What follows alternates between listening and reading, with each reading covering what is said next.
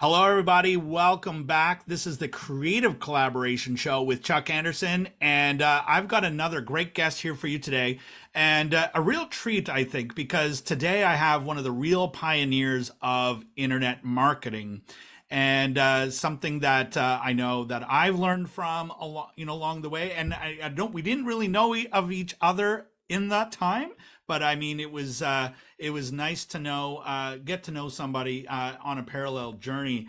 So today I have Rich Schefren with me, who is the founder of Strategic Profits and the creator of a program called Steal Our Winners, which is a mastermind of some of the best and brightest multi-millionaire gurus who really share all their best tips and secrets and everything that makes them successful in their business. And I'll have Rich tell us more about that. But you're going to want to strap in for this one. You're going to learn a lot from a really great guy here. So, Rich, welcome to the show. Thanks for the nice words, and happy to be here. Yeah, fantastic. Well, I've been really looking forward to having you on, and of course, that's the official bio intro, and but I think everybody wants to know, who, a little bit more about who you are, your background, and what you do, and we'll use that as a launching pad for whatever we talk about today. Sure. Let's see where to start. I guess I got involved in business like in my early 20s, and had a fashion company, had a clothing store in Manhattan. Became like the most popular clothing store in Manhattan at that time. We brought brands in like Diesel, like we're the first store to have Diesel in the United States, and a bunch of other brands that I think people would know.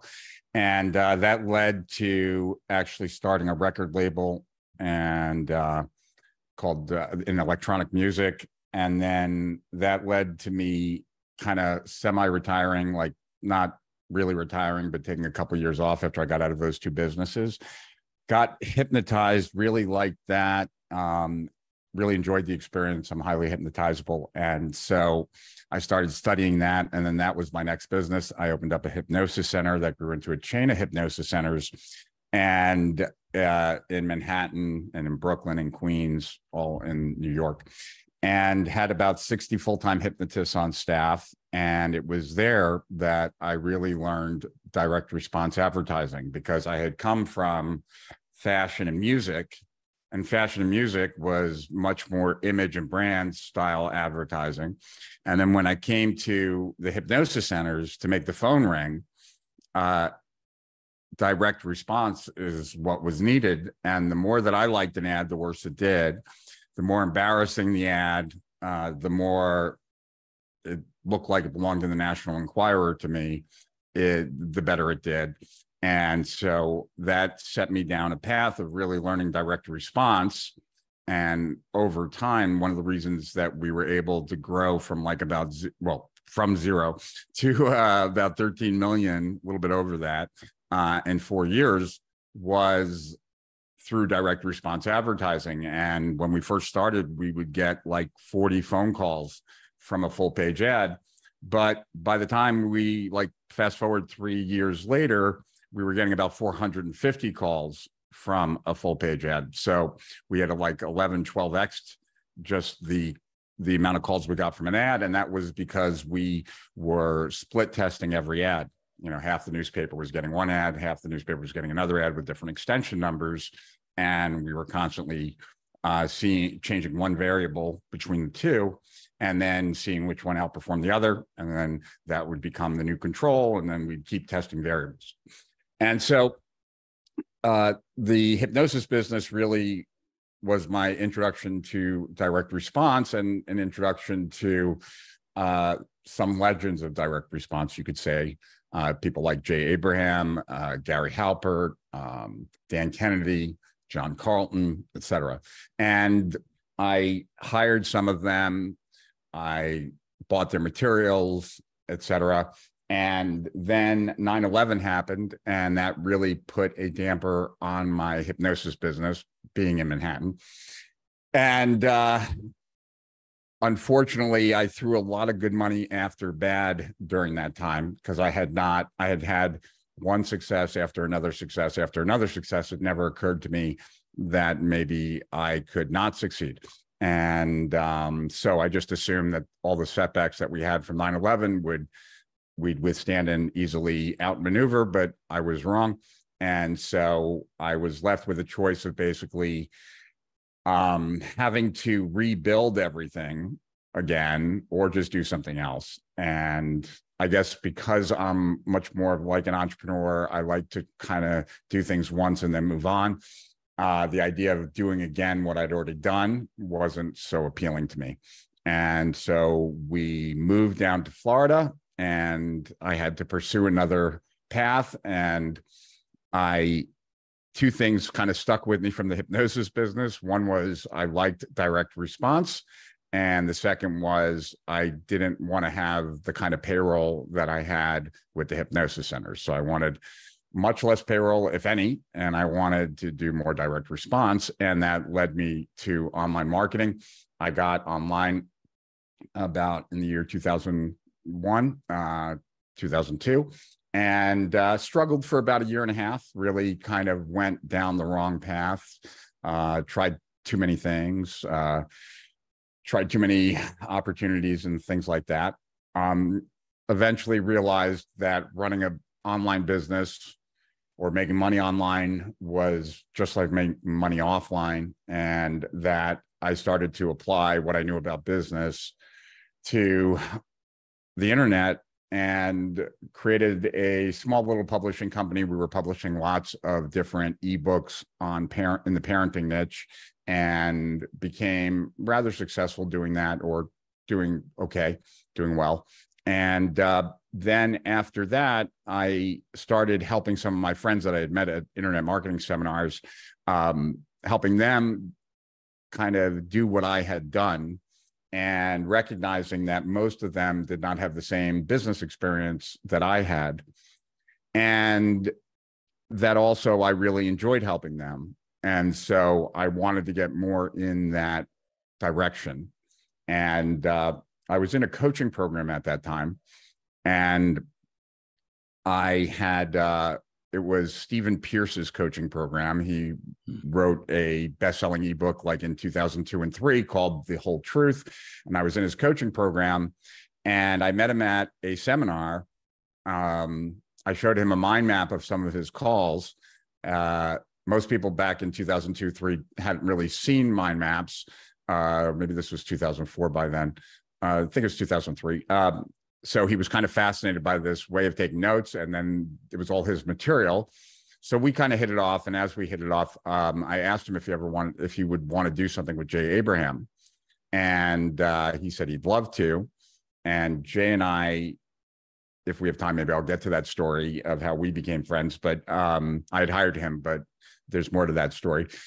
So I reached out to Jay and said, would you be interested in doing something online? I think it's time you got online. And this guy, Stephen Pierce, is really a big deal. And so he said yes. And so, we flew out to California, Stephen and I, and we had a meeting. And then we decided we did a teleseminar series that then, as a front end, that was really successful. And that led to a coaching program that was also really successful with the three of us. And I did a lot of the legwork, more so than my other two partners, but my other two partners, Jay and Stephen, were much more well-known than I was at that time.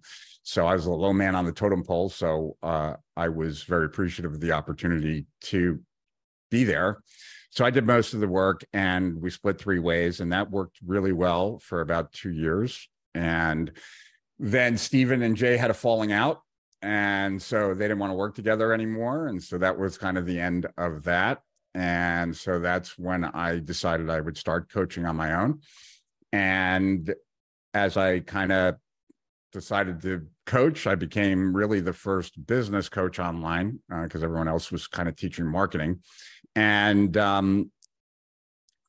kind of acquired quite a slew of people that are now extremely well known that were in my early coaching programs. People like Russell Brunson and Todd Brown and Mike Filsaime and Ryan Levesque, and pretty much most of the big names online today, Ryan Dice, et cetera, were in those original coaching programs. And for about 2 years, I was kind of a behind the scenes coach to a lot of people that became big names, but most people didn't know who I was. I also started working with a company called Agora Publishing around that time. And I had this big project that I was doing with Agora in about 3 months. And I had just finished my coaching program. So I had like nothing to do for 3 months. And I didn't like the idea of there being nothing to do. So I ended up writing a report with the hope of getting like a dozen clients that I could work with for 3 months. And the report was what mistakes I saw people making and how I help people make money and build businesses. And so I put it on my blog and it ended up going viral. And so that was called the Internet Business Manifesto. And really, there was 31 pages long and it's been downloaded millions of times at this point. And it changed my life. Like there was my life before that document and there was my life after that document. And they are very different lives. And so immediately I built a company off of that. It brought back like $3.5 million within the first 4 weeks or something like that. Over $7.5 million within the first year and well over 10 million by year 2. And I wrote a series of 6 more free reports like that one over the next 18 months. And my business grew from each one of those free reports because each report that I wrote was tied to some program or service or coaching that I was planning on doing. And then after I did it, it would become a product or program that we just sold in perpetuity.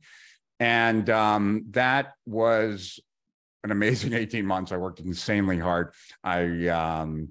Really proud of those reports. Some of them predicted attention would become the scarcest commodity online. Another report talked about attention going to this new thing, social media, and what were the implications. So a lot of the things I predicted and wrote about turned out to be true. And then in 2007, these will all be relevant and lead to why Steal Our Winners now.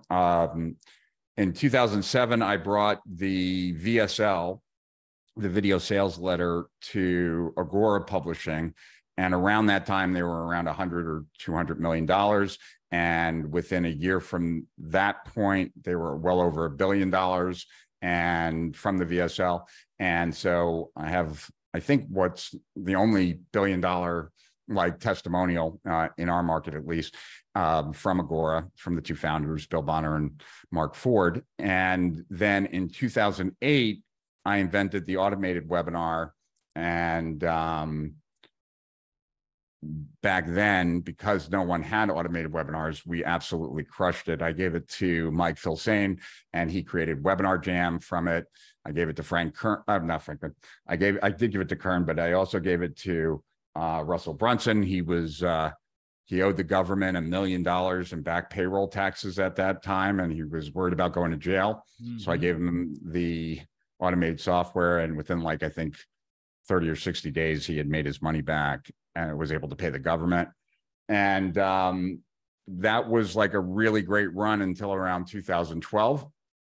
And by then, show up rates started to go down. I mean, not even to the levels they're at now, but where they were in 2012, like maybe they were 50% show up rates, which was pathetically low comparatively to 2008, right? Oh yeah, we were getting like 80% show up rate on some of our early webinars. So yeah, so the so in 2012, having made more money than I ever thought I would, and I had a midlife crisis because I really wasn't very happy, and I thought all the things that I had been pursuing were what was going to make me happy. And so from 2012 to 2017, I kind of took my company, took it down to just like 2 people. Everything that was automated was like stayed in motion, but didn't do much else. And then just worked with a few private clients like Agora, but didn't do anything publicly, and just really worked on myself, spent a lot of time with my kids and stuff like that. In 2017, I decided I wanted to kind of do more again, and reached out to Agora, ended up selling half of my business to Agora and spent the next 2 years just working on some projects in Agora. And then we finally launched Strategic Profits again with this product called Steal Our Winners. And the reason that I created Steal Our Winners was that what I kind of came to a conclusion that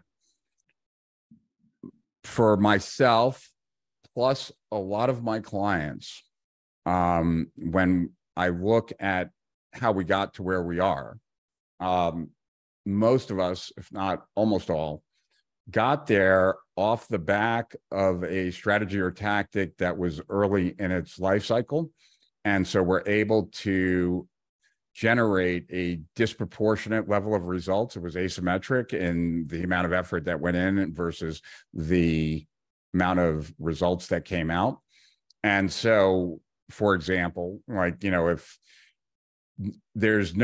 it would be very difficult, if not impossible, to have the results of a free PDF that I had back in 2006 for anyone listening and watching, or for myself, right? Like, it's just not that exciting anymore, that a free PDF.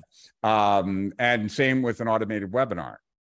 And same with the VSL that I brought to Agora. It helped them grow a ridiculous amount, but within 7 years, it started out with a 400% lift on conversion in the United States and about a 300% in Europe. But over a 7-year period of time, that lift went down to 0 lift, right? There was between that and a sales letter. And so because of seeing that consistently, like time and time again, that small companies become big companies when they leverage a tactic or strategy that gives them some sort of advantage. And the only way to have an advantage online is to be out in front with something, not everything. You don't need everything. I mean, even today in my business, mostly everything I do is what everyone else does. But there are a few things that we do that make all the difference for us, those things that are early in their life cycle. Mm-hmm. And so I wanted to provide that for other people. I didn't think most people recognize that. I think there are a lot of businesses online that struggle, that think like, why am I not doing better? But when you look at everything that they're doing is what everyone else is doing for the most part. And so they have no advantage. So that's why they're struggling. So I wanted to put these kinds of strategies in the hands of people. In addition to that, I also wanted to get back to coaching and consulting at a high level. And one of the easiest ways for me to be the best that I can be at that is also having a pipeline of these strategies and tactics at my disposal. And so having a business that provides it to others, and also that I know it because like it all comes through me, through our 250 plus contributors, keeps me on the pulse as well, and then helps me be the best that I can be, because I charge a lot when I work one-on-one with businesses or entrepreneurs. And so that, I know that's a long-winded story, but that's what led me here. I love so much about that story. I mean, it reminds me so much about what I've learned from you and your various offers over the years about direct response copywriting. And a lot of the younger entrepreneurs today don't really appreciate just really everything that went into making that work. You see so much derivative work, or even so many other tactics that aren't as powerful. But one takeaway that I got from that entire journey, and I lived so much of it in a parallel journey, not all the same things, but some of the tactics that you mentioned, is that there are tactics and leverage the heck out of them when they're working, but also be open to where they're evolving. And when you're not getting that lift anymore, where do you move to it from there? So, and I think it's a mixture. I think it's like the ideal, and I don't know that many people reach the ideal, but the ideal is to understand the principles so that when you leverage something early in its life cycle and it works, you kind of have an understanding as to why it's working. You don't always need to know, but if you understand the principles, you might understand why it's working, which will then also kind of make it easier to understand or possibly spot the next thing that you need to move to, because it's, even new sells better. That's just the way it works. That was the way it was in retail. That's the way it is in almost everything. And so, what every marketer should understand, and every entrepreneur, is that every strategy and tactic online comes with an expiration date. And, on its expiration date, it doesn't stop working completely, but you are paying a price each day you use something past its expiration date with diminished results. That is a huge takeaway. Out of almost 80 guests on this show, nobody has ever said something quite like that. But I love that, and it's so true because we've experienced in our business, and I think it also speaks to when you find something that works, act on it quickly, because if you take your time, and I've had countless conversations with people in my coaching business where it's like, I don't understand why this doesn't work. Like it produced all these great results. It's like, well, it took you too long. Yeah. It took you too long. And I'm guilty of that in my business as well, where I had something today that could have made the difference, but takes too long to implement. So I think that's a huge lesson. I love so much about what you were saying about, that access to, that flow of what's working now, and even a sneak peek into what's going to be working in the future, by really tapping into the brain trust of everyone who's already successful in business in their own way. And it's one of the benefits that I get out of doing this podcast and some of the events that we do. And so let's talk about Steal Our Winners a little bit, because I mean that, as you mentioned, is a way for you to stay up to date with all of the latest things. It's also a great example for our audience of what collaboration and with other experts looks like, because we're big on nobody really succeeds alone, and you want to find a way to collaborate with others, because together we all grow faster. So talk a little bit about like what that strategy and what it's doing for you, and a little bit about what Steal Our Winners is. Yeah, well, when I first suggested it, a lot of the people around me didn't think like it was possible to pull off. And, maybe for a month or two, maybe for a couple of months, not years, right? That we'd run out of stuff. And that I knew we'd never run out of that. We'd never run out of new strategies. Now, whether or not we could find enough people to provide those strategies, that's another story. But that hasn't been a problem either. And I think that, and I would like to think that,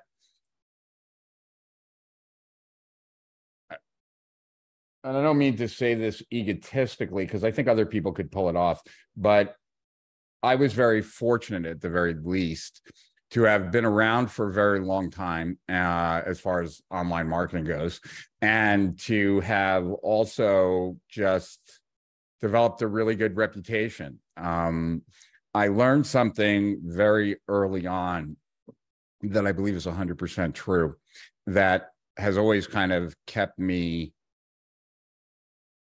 on the straight and narrow, I guess. And that is that you learn a lot more about someone at the end of a relationship than you ever do during or at the beginning of a relationship. Like, you learn someone's true colors when the relationship is over, who they act like. And so I've always done my absolute very best to leave people better off than when I found them. And even when there's a disagreement, and there have been people I've had disagreements with over the last 20 years, to do my level best to still like live by that ethos of leaving people better than when I found them, and to do my very best to not do anything that would be destructive.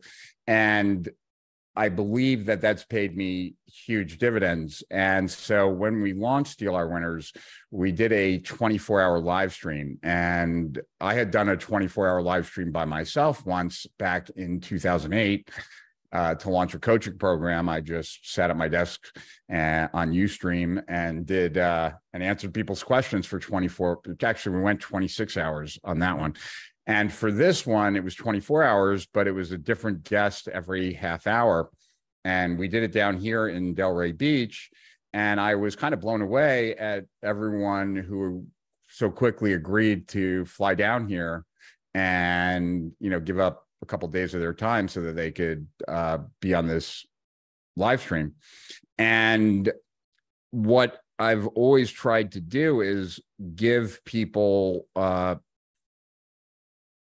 to share what I'm good at and to be helpful as much as possible with what I'm good at, with the hopes that that comes back to me with what they're good at. And my whole life, that's how I've been. And I would say that there are a few people who take advantage, but those people don't last that long. And I'd rather invest first and know that and regret it than the other. And so so that I guess is the beginning of it. And so nowadays, right, we publish 2 episodes a week, and that means that we're publishing 104 episodes a year. And that means that I'm having thousands of conversations over the course of the year about like what's working for you right now.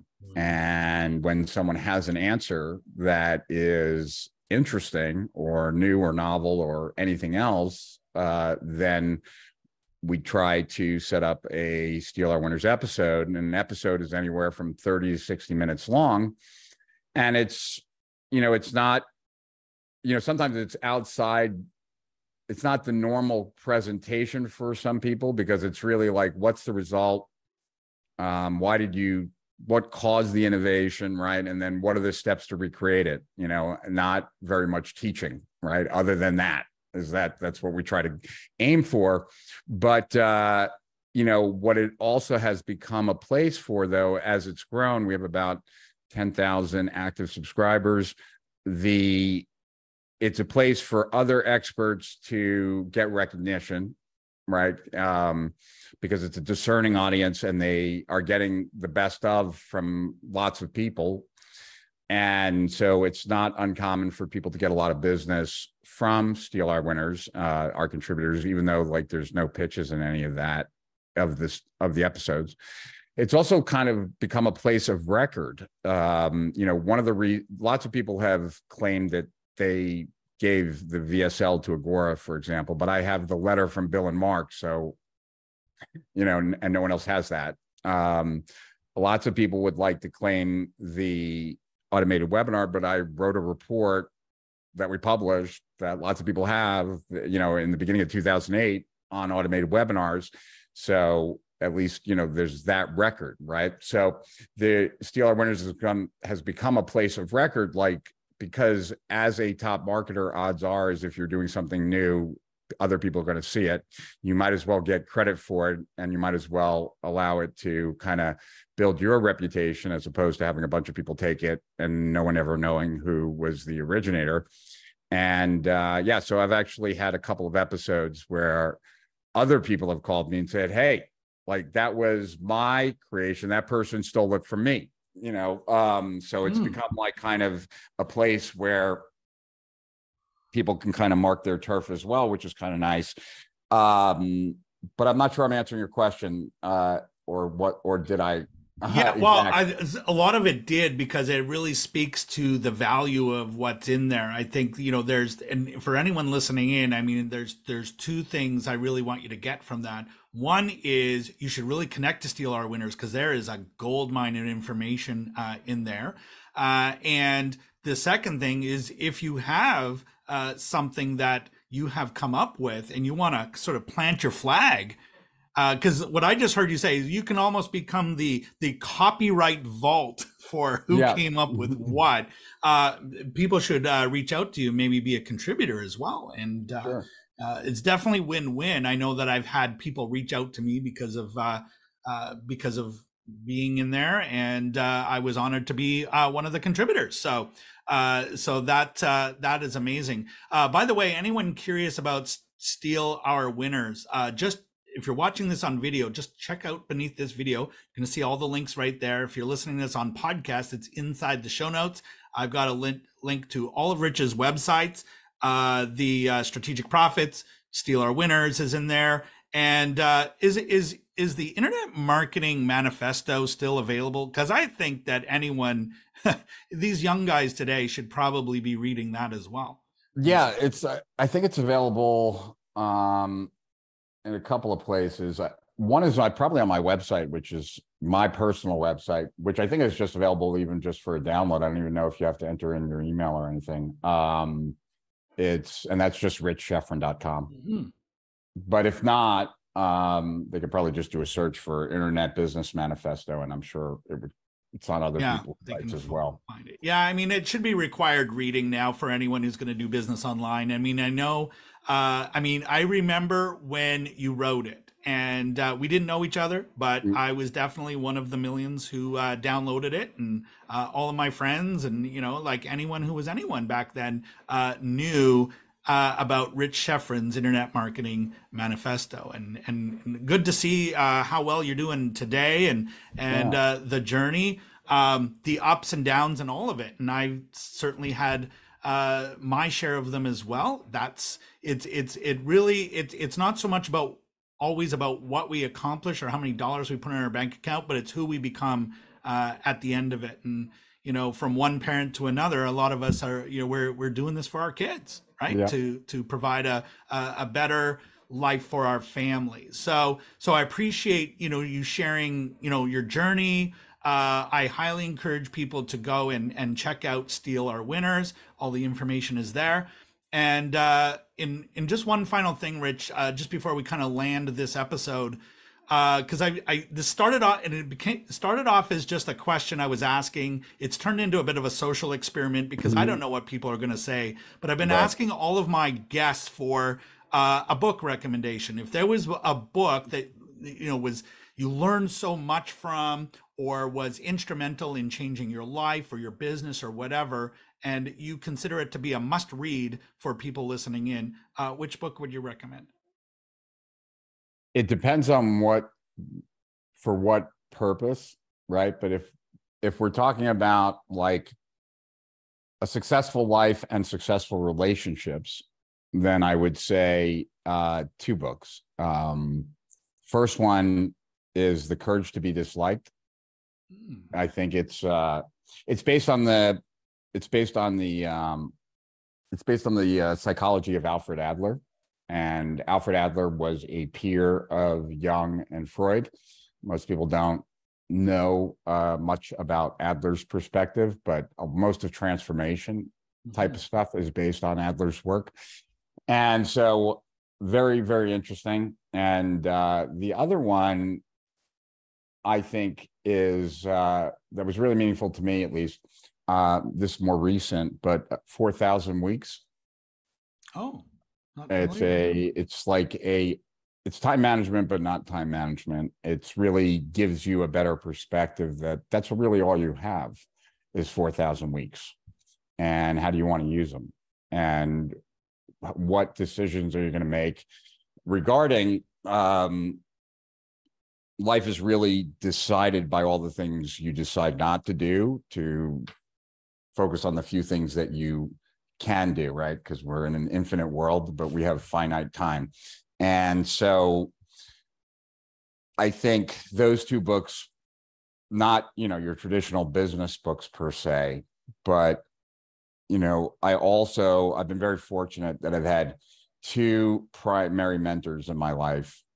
And because I didn't get along with my dad, I was always looking to kind of replace my dad. And I was very fortunate that the two mentors that have played major roles in my life are Mark Ford, who is one of the founders of Agora. He also goes by the pen name Michael Masterson, and Jay Abraham. And these two men have played a very instrumental role in my life. I consider them like dads to me, and they're both very different. And over the years, I found that when I had a new idea, something brand new, Jay would always ask me 100 questions about it, and the idea would get better because of the questions Jay was asking and me having to formulate answers. Whereas when I went to Mark, like, he really didn't have much interest in the new ideas and of like new ways of marketing kind of ideas. And over time, I recognized that Jay is all work all the time. And so for Jay Abraham to have variety in his life, this was at least, 15 years ago, it had to be in business. And therefore, he sought out more variety in business to make his life more stimulating, right? Whereas Mark Ford is probably the most Renaissance man I've ever met. He's a world champion in jiu-jitsu. He's written books on poetry. He's one of the leading collectors of Central American art. He's built $1 billion company plus many, 20 million, $100 million companies. He owns a palm tree nursery, the largest in the world, and just one thing after another, has a huge circle of friends. He built a cigar bar that's private that he just hangs out at on Fridays, and whoever wants to show up that's his friends just shows up. It's a very different, and for him, business is just a vehicle to provide a variety, a varied life, right? And so, when I discovered this 10, 15 years ago, I asked them like if they would agree with it about themselves, and they did. And I just decided early on that even though my tendencies are much more like Jay's, I want to end up more like Mark. And so I've done everything I could in my life to put business in its place, and it's incredibly important, and you can make great relationships in there, in work and et cetera, but to recognize that it's only one piece of the puzzle. And therefore, I'm sure most people recommend business books and those kinds of things. But these two books, The Courage to Be Disliked and 4,000 Weeks, have made a bigger difference in making a life worth living, so that I'm more incentivized to have a good business so that I can actually enjoy my life. Because to me, that's the bigger prize. Wow. I love that answer, the depth that it went in. I too am a Adler fan. I've done a lot of work in the parenting industry myself, which I didn't realize that you did. So that's a whole other conversation. We could do a whole episode just on what you just said, but we'll pause that for another time, Rich. But thank you so much for those recommendations. Links below the video, links in the podcast. You know where to find them. So, Rich, thank you so much. I really appreciate the time. I appreciate you. This has been an amazing ride just in the last 38 minutes. And I just wanted to know how grateful I am for the time that you spent here with me today. And to our audience, I'm going to say, make sure that this has been time well spent for you today. And I would like you to think of at least one thing that you heard here today, or were reminded of here today, that you have not yet taken action on. And I want you to take action on that thing today. And the faster you move, the faster you're going to see results. Because if you wait too long, that thing you're thinking of might not be relevant anymore. So you need to act with speed. You need to act now. So thank you, Rich. Thank you, audience. And if we were gonna just give everyone just one final piece of advice or words of wisdom as we end this episode, what would you say to them? I would say that the hedonic principle works both ways. Whatever you get, you eventually get accustomed to. Whatever you lose, you eventually get accustomed to as well. Knowing that no matter what, right? You could win $10 million, you could lose $10 million. Your level of happiness, so surprisingly, is going to be about the same. When you recognize that, the fear of failure should start to diminish quite substantially, because wherever you're at is kind of going to be where you're at. What kind of sparked my midlife crisis was recognizing that no matter how much money I made, no matter how much success I attained, it would bring me happiness, but it would bring me happiness for like a week or two. And then it would be right back to where I was, which wasn't bad, but it wasn't like this high. And whenever I had shitty things happen in my life, like the hypnosis world kind of stuff, towards the end after 9/11, it also didn't last that long. And so that disparity, both sides, and recognizing that it didn't really matter in the grand scheme of things, has allowed me to operate with a lot less worry, a lot less anxiety, and a lot less fear of failure or embarrassment, or, I don't even remember the word for it, but what people sometimes, damn it, like when people are afraid that they're more successful than what they think they should be. What do you call that? It's like a common thing. Oh yeah. I don't know what the word for it is. I guess it's fear of success, but in a way. Imposter syndrome. Oh, imposter syndrome. Exactly. Right. Okay, Like there you go. all these things kind of fall away. And I think a lot more people struggle with that than they realize, that they don't operate freely. And whatever the blockage is, whether it's fear of failure or imposter syndrome, or what do you really know, or whatever, if you can get free of that, the odds of being successful are much higher. And if you're not where you want to be, there might be some of that in your way, and it might pay to take a look at that. Amazing. Great words to end this episode by Rich. Thank you so much. And so go check out Steal Our Winners. All of the things that Rich and I have talked about today are beneath this video and in the show notes.